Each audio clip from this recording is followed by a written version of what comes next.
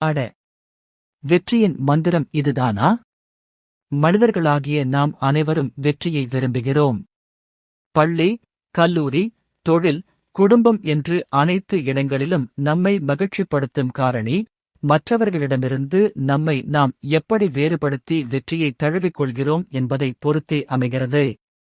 இந்த வெற்றியின் அளவுகோல் சிலருக்கு தெருமுனை வரை இருக்கலாம், சிலருக்கு ஒலிம்பிக் மேடை வரை இருக்கலாம், சிலருக்கு வான் வரை நீட்டி முழங்கலாம்.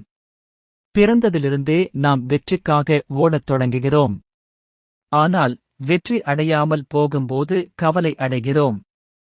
இதனின் விளைவுதான் உலகளவில் சுயமுன்னேற்ற புத்தகங்களே அதிகளவு விற்பனையாகி வருகின்றன. வார இதழ்களிலும் காலண்டர் சீட்டுகளிலும் தினம் ஒரு வரி சுயமுன்னேற்ற கருத்துக்கள் பதிவேற்றப்படுகின்றன. தொலைக்காட்சியிலோ செயலி வழியாகவோ 5 நிமிட உற்சாக கதைகள் அதிகளவில் கேட்கப்படுகின்றன. சிலரது பொழுதுகள் எழுச்சியூட்டும் ஏதேனும் ஒரு சினிமா பாடலில் உடனேயே தொடங்குகின்றன. சிலர் இந்த வெற்றியை கடின உழைப்பினால் பெறுகிறார்கள், சிலர் ஒரே ஒரு சாமர்த்தியமான கூர்மையான யோசனை மூலம் பெறுகிறார்கள், சிலர் இல்லாத பொல்லாத குறுக்கு வழியில் தேடிப் பறிக்கின்றனர். இங்கும் அங்கும் ஓடிப் பரபரப்போடுதான் வெற்றியை நோக்கி நகர வேண்டும் என்பதில்லை. ஒரு மிக எளிதான ஜப்பானிய முறையான கைசென் முறை மூலம் சுலபமாக நிரந்தரமாக வெற்றியை அடைந்துவிடலாம். இதை தமிழோடு ஒப்பிட்டுச் சொல்ல வேண்டுமானால் சிறுதுளி பெருவெள்ளம்.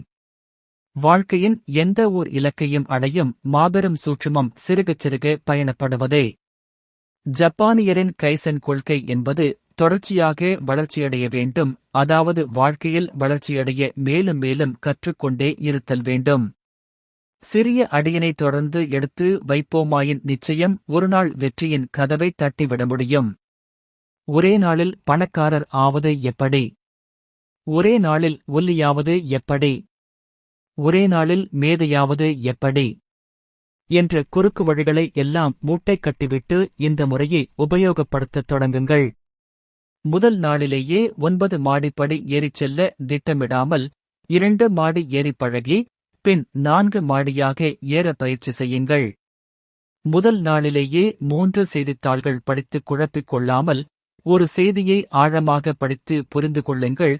முதல் நாளிலேயே 100 வாடிக்கையாளர்களை கவர்வதை விட ஒவ்வொரு வாடிக்கையாளரின் தேவையை புரிந்து கொள்ளுங்கள். இந்த சிறு அடிகள் லட்சியங்களை நோக்கிய நிதானமாக எடுத்து வைப்பதால் மூளையை ஆறுதல் படுத்தும், உற்சாகம் தரும், திட்டங்கள் தெளிவாகும், பதற்றம் இல்லாமல் அமைதியாக முன்னேறலாம். உலகத் தலைவர்கள் பலர் இந்த முறையை பின்பற்றிதான் பல சிக்கலான பிரச்சினைகளை தீர்க்கிறார்கள். வெற்றியின் மந்திரம் என்னவென்று எவர் பின்னும் ஓடாமல், குறுக்கு பாதை தேடாமல், நிதானமாக சிறுக சிறுக சிறிய அடியை எடுத்து வைத்து பெரிய இடத்துக்கு முன்னேறிச் செல்லலாம். வெற்றி நிச்சயம்.